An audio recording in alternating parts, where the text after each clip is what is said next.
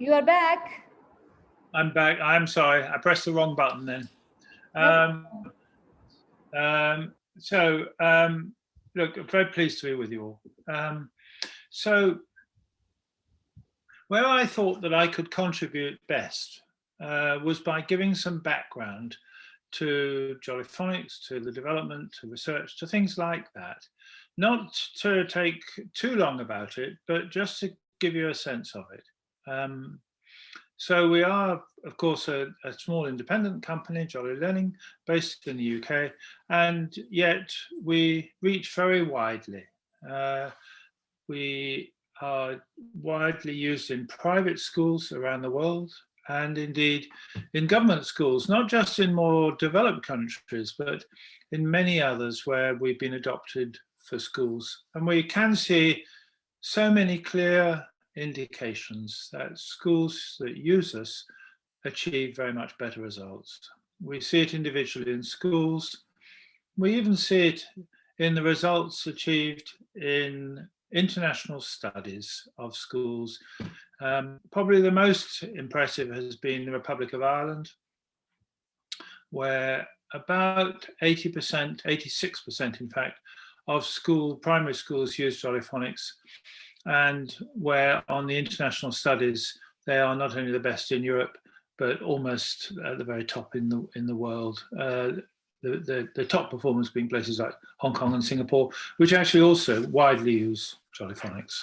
So let me now move to sharing my screen then, if I may, and to describing some of the things that I thought would be helpful by way of background in terms of the program and what we are doing. So we are, of course, a program for teaching reading and writing. The word Jolly Phonics we use for the initial year, and then we go on to Jolly Grammar, which I'll say a bit about as well. As you are probably aware, what has happened is that the teaching of reading has gone through a considerable change. And yes, we've been very much at the forefront in the instigation of this. And that whereas historically, children were taught the alphabet, and that was the basis. And of course, they still are, A, B, C, D, and so on and so forth. Now, they're being taught letter sounds. So they're being taught not just abba, k, but they're being taught sounds which sometimes need two letters to represent that one sound, like sh in ship and o in boat and so forth. And then instead of just memorizing words, having the words repeated time and again in a book so that they're memorized, now children are taught to blend those sounds together to be able to read a word. And you'll have covered this with Fatima, you'll know this from before. But it means that children will have the ability to read words that they see for the first time, words that they may not have seen before. Now, they may already know what that word is because it's in their oral vocabulary, they've heard it before, but it might be new. And indeed, the meaning might be new. And that's where children get so much from reading storybooks, because they can go through storybooks, they can find new words there, they can read them, and because of the context, they can see what the word is meaning. And when they see it again and again in different contexts, they can get a rounded view of what that word says and means. And those children then, their minds are lifted, they have a greater exposure to what's happening around them, and they find it all much more fulfilling.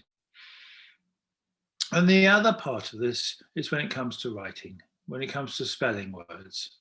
Historically, again, children was just expected to memorize, but it's not necessary. And of course, English does have so many words. It has more words than any other language. And so to expect a memorization for all those words is really to put too heavy a load on a child, especially when it's not necessary. So in this instance, we ask the child to segment that spoken word, to pick out the individual sounds, and then from their knowledge to know how to write each of those sounds. It's not perfect, of course, because English has crazy spelling. In fact, it has the most crackpot spelling of any language. But nonetheless, there's usually parts of the word that are regular. And of course, a lot of the words that can be used early on with young children are regular. It gives a basis on which they can build. And the result of all this, the use of phonics, is that children learn to read faster. Their level of enjoyment is much greater because they can see themselves doing well, and that all children can succeed. So that means that children from different backgrounds can do well. It may be that they don't have English as a first language, maybe they don't come from a very literate background, whatever, but all children can succeed. That isn't always true in other ways. So, just to give a bit of the background, Sue Lloyd and Sarah Wernham are our authors. And I first met Sue Lloyd very many years ago at a small conference. And I was a small publisher at the time, and she got hold of me. And she was quite stern. And she explained that she could get very good results in teaching reading, but people didn't listen. So, well, I was just a small publisher. And I said, well, why didn't you send me some things? Which she did. And that then became the basis of what we took forward. And Sarah Wernham was a younger, newer teacher in her school who had an ability to visualize things, to be able to put things down on a page in a way that's exciting and interesting. So it was her look in terms of the way pages were laid out on which we formed the basis of it all. So we worked as a team and we launched as a result, having in fact put it into research firstly and found that, well, yes, we seem to have something here. So this is just a bit of a timeline, which may be helpful. And it is that having first met Sue and having done a pilot in a school, we then launched the first part, which was the Phonics Handbook. And that got featured on some breakfast television in the UK, which gave it a terrific boost. And then we had research studies on it, and I'll say a bit about some of those, or at least I'll say something about one of them, which is probably the best known, which was in a place called Clackmannanshire in Scotland. And so what's happened since is that this kind of teaching, now called synthetic phonics, has become very much mainstream, and mainstream widely around the world.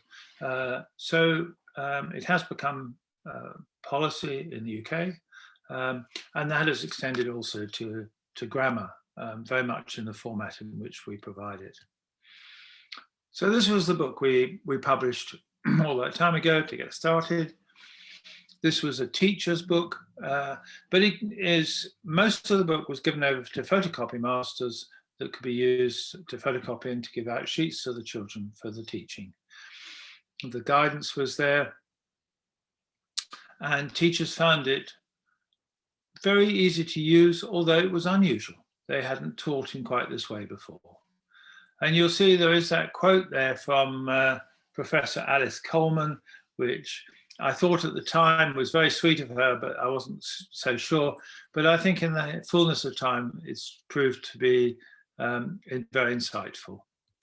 Now, I mentioned the research, and I just thought I'd show you. This is from the research project in Clackmannanshire. These children are aged 5 mostly. And the teacher, you can see there, is holding a flashcard with the letter sound for the letters IE, so IE for I as in tie and so forth. And so she's given the story about going to a party as a sailor and how you have to stand up to the captain and salute and say aye aye.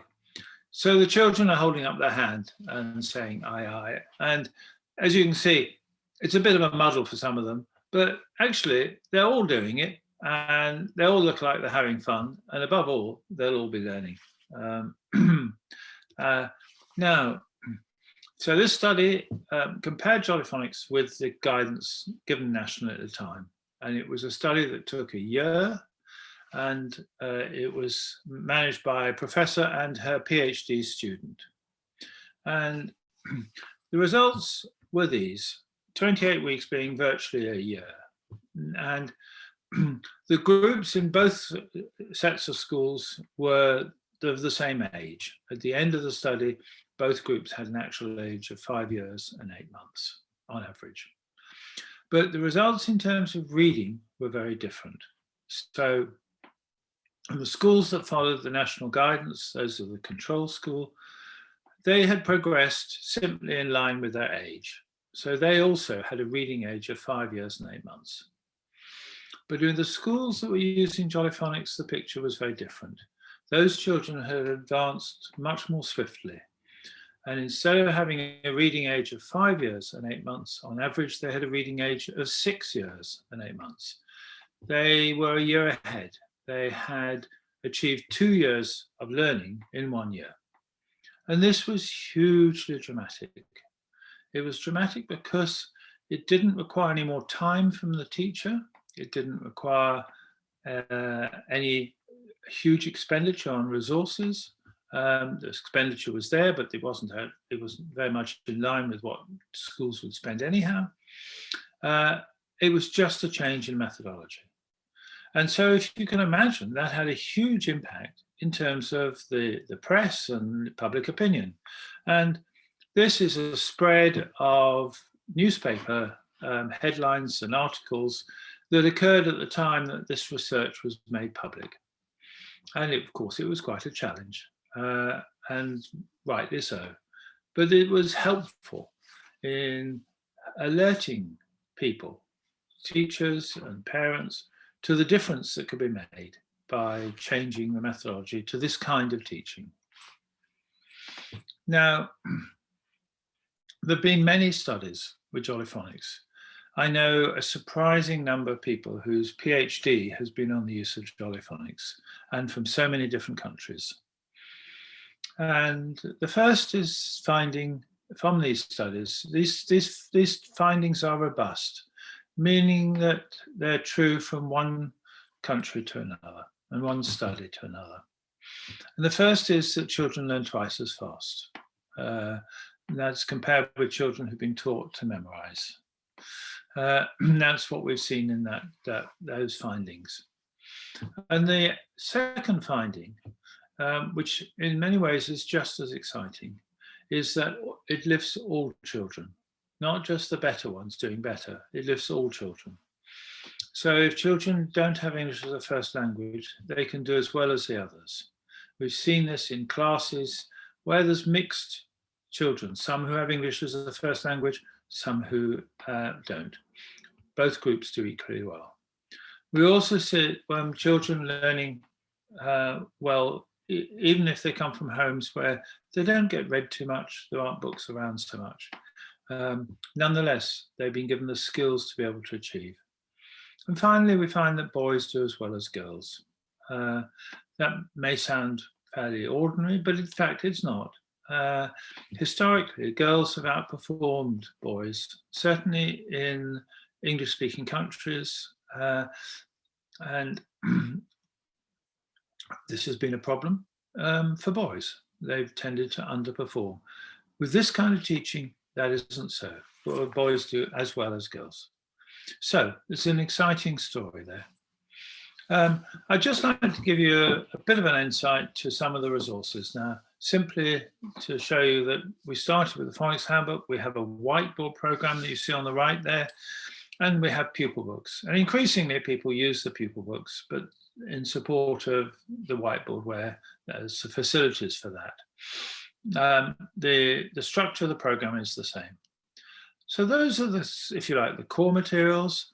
And then we have a whole range of additional resources, big books and board books that are used to teach the letter sounds, provide vivid images, audio and posters, and then importantly, decodable readers. That means readers where children, the vocabulary has been selected in such a way that they can be used with the children when they've been taught to certain stages. They then know how to sound out and blend those words because they've been taught those skills. And they've been taught the various tricky words, so the irregular words, irregularly spelt words that are used at that early stage. And later, as they're taught more of the sound patterns of English. So it is that they are able to move up the different scales there, the different levels that you see there. It means that if we use decodable books, the children have the learning within their reach and they make faster progress. Further resources that are available, flashcards, workbooks for use at home, DVD, and so on, or a variety of materials and kits of the complete materials. Now, I'd just like to say a few words about grammar, which is the next stage on. And here, what we're doing is giving children a much wider understanding of the structure of English and indeed the structure of language. So instead of just being able to simply write a sentence, they're now learning about punctuation. They're learning about laying it out in paragraphs. They're learning about parts of speech. They're learning simple things like, for instance, that a proper name has a capital letter, so the name of a place or a person. And so how do they identify a proper noun? And to remember to give it a capital letter. And a lot of the tenses and complexities of English. With this, it means that they're going to be able to express themselves more fully. They're going to be able to read more complicated texts, and they're going to be able to draw much more from their use of language, from their reading and their writing. So we do all these, and we do have a very full program. You'll see there that it extends over 6 years. So from the end of Jolly Phonics all the way through primary. Again, there's a choice of handbooks or pupil books, and with support materials you see at the top there, dictionaries and so forth, to support the teaching. So that really covers the points I wanted to cover with you, and say how it is. This is our vision, our aim, to enable children to be able to read and write in English. And so there we are. So look, thank you very much for allowing me to join you in this training. Thank you very much to Fatima for her remarkably tireless work in enabling people to benefit from this kind of teaching and to deliver more. If there are any questions anyone would like to raise, do feel free to use the hand.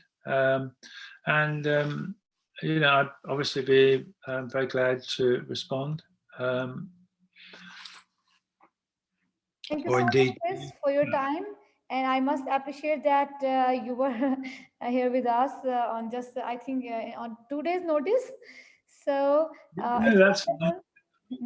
Yes, thank you so much. I can say that in this session over here, we have got many participants, some older ones, those who have completed the course, and some the new participants as well, those who are joining in our next upcoming course. And Alhamdulillah, it was wonderful being with them all. So, dear participants, if any one of you want to ask any questions about anything regarding Jolly Funds program, please raise your hand so that I could unmute you. Here, I would like to tell you as well that these courses were organized in collaboration with Global Montessori Coaching Institute, and their principal, Ma'am Asma Zahra, is also with us. Is also here with us today, and she was a wonderful person in motivating everyone to join in, because all of those teachers are going to be in the preschools in the next academic sessions. So it was very much important for them to understand that how to teach the sound, the phonics, and how to teach them blending. So it works like this. So we have got one participant. Let me unmute that participant. Dear Miss Faiza Ahmed, would you like to ask any question? Assalamu alaikum. Assalamu alaikum, ma'am. Hello, sir. Yes, hello, alaikum salam. Sir, I wanted to know what are the steps you're going, if we're going to take the classes, what are the initial pattern you're going to follow? First, the pattern, and second, that what is going to be the content? Sorry, I'm not quite understanding. In what sense, Faiz Ahmed? The Jolly Phonics, the content. I want to know what is more important for students, for us as teachers to teach them. Okay, so where children will benefit most is by having that understanding of all the letter sounds, so that they will look at a letter. It might just be the letter B, and they'll be able to say that it's B. Now, having that understanding is very powerful. It gives them such a strong basis. You know, when we tell a child about the colors, we can do that early on. We might say something is green, but the colors vary. You know, we say, well, that's green as well. But then they have to worry about, well, when is it green and when is it not quite green? But if you have a letter and it says B, there's something precise about that. There isn't a grey area from here to there. It's just B. But if we say B, it doesn't help them so much. I sometimes think that when, parents say, oh, can I read to the child? And they think, oh, well, I'm going to help them with their reading. And they will read to them. But actually, if a parent was to teach a letter sound, they would probably achieve more for that child. Of course, it isn't so much fun, and parents like to read. And true, there's a benefit in being read to. But if the child is to read for themselves, then they need those letter sounds. And so that's probably where the most important bit. And from that, then the blending and the segmenting can follow.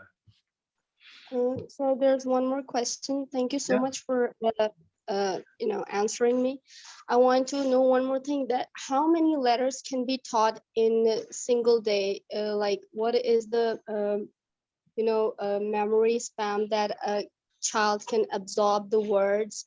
Like one letter each day, or it can be like second letter along with it and then reinforce the next time. So how many letters can a child learn in one day? Yeah, no, that's a very good question. And remember also that when I give you advice, it's only relative. I mean, I can draw from my experience, but we're all learning. And the advice that we give is to teach a new letter sound every day. Yeah. And I find that teachers tell me how this works well for children, because they come to school wanting to know what their sound for the day is. And I know children who have wanted to find out. They wanted to look on the back of books to be able to work it out. They're very desperate to know what it is. I know of parents who took their child away for one day because they thought it didn't matter. But when they found they've lost the letter sound, they're mortified. They feel terrible. And then the teacher says, well, it's gone now. You have to teach it yourself then. And they say, well, if I knew, I'd never have taken my child away. So they feel there's a great sense of progress. And I remember one teacher from the US who told me how she used to teach by starting with a story. And she wouldn't say what the letter sound of the day was going to be. She said, it's in the story. You have to listen out for it. And somewhere in that story, she'd talk about whatever it was. It might be ants. And she'd say, ah, ah, ah. She had to get the ants off her arm. And they'd suddenly realize that's the letter sound. And she said there was one day when she was telling the story, and then suddenly she sneezed. She went, choo. And one of the little boys was very cheeky and said, oh, miss, is that our sound for the day? So there can be a bit of fun with this sort of thing. Now, I do have instances where children are just given a first indication and they're taught 3 letter sounds a day. but they're not really, in my experience, and nor in the experience of that school, able to have mastered them. It's just been an introduction. And yet with one lesson, one letter sound a day, they are able to master it. You can repeat it, you can get them to practice it, you can get them to recall it. But I find that if they're taught very much more slowly, then there isn't the same excitement for the children, there isn't the same progress. Okay, thank you so much, sir. It's very kind of you. Okay, so we have one more raised hand, Ms. Sana Ahmed. Would you like to say anything? Hello, everyone. Hello, Mr. Christopher. Hello, Sana. How are you? Very well, thank you. Well, I don't have any particular question, but I really want to say thank you to you for introducing Jolly Phonics, because initially I was having tension, a lot of tension, because my daughter was unable to read by herself. But when I attended GMCI workshops and few sessions, so now I know that how can I make them, fluent in reading. And I'm so happy that they are picking up the words so quickly and they're actually enjoying rather than doing A, B, C, D, and, getting confused in those sounds. They are now very happy to learn by Handbook and that song actually. So yes, that's really, really very interesting way to introduce reading. And kids are really taking interest. I can see that. So thank you so much for that. And thank you very much for your valuable words and your time. Thank you. Well, Sana, that's very kind of you. Thank you very much. I think You're welcome. It's been an interesting journey for us all, I think. It's very kind. Yeah. I can see that we have no more questions at the moment. So if there would be any other question, I can send you through email as well. So yes. I think that we can conclude now. There is nothing in the chat as well. So if there's any other questions, you can please ask now. Yes, we have one more raised hand. Hello. Yes, hello. Sorry. Hi, Mr. Christopher. How are you? Very well, thanks. Okay, I have this question, but it's not related to the course. I was just wondering if we can integrate Jolly Phonics with the education of the deaf people, with children who are hearing impaired.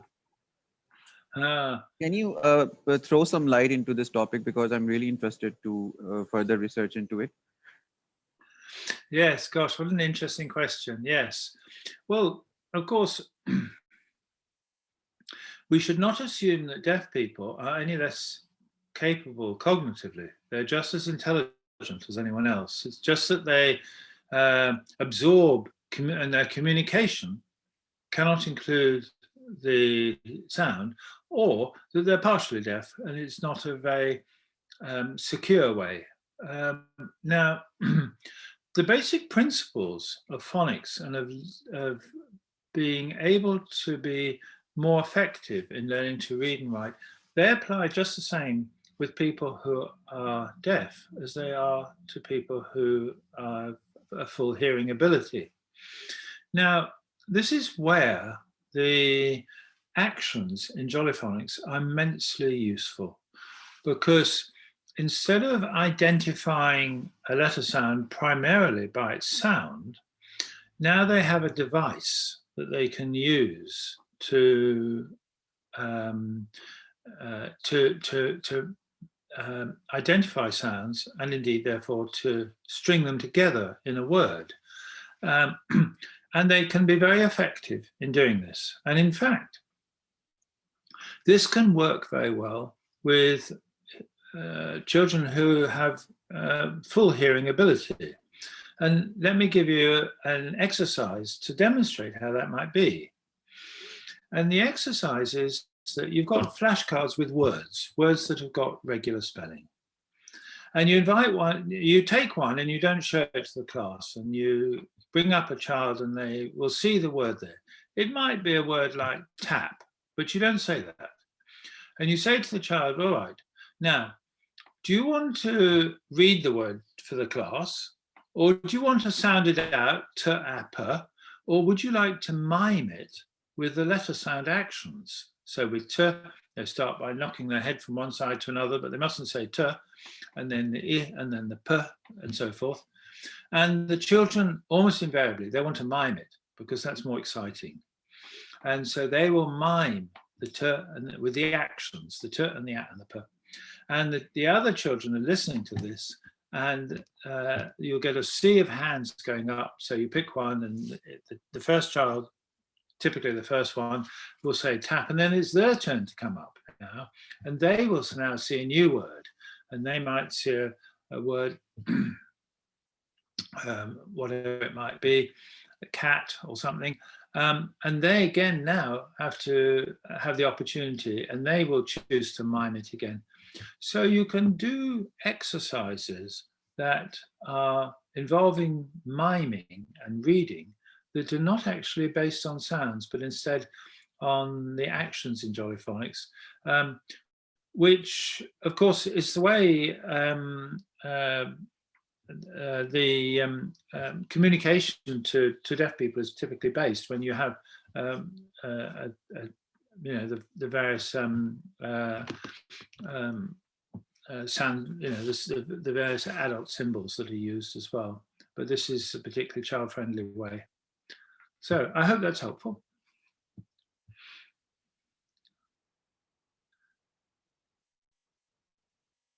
Okay, I have another answer to this question. I think that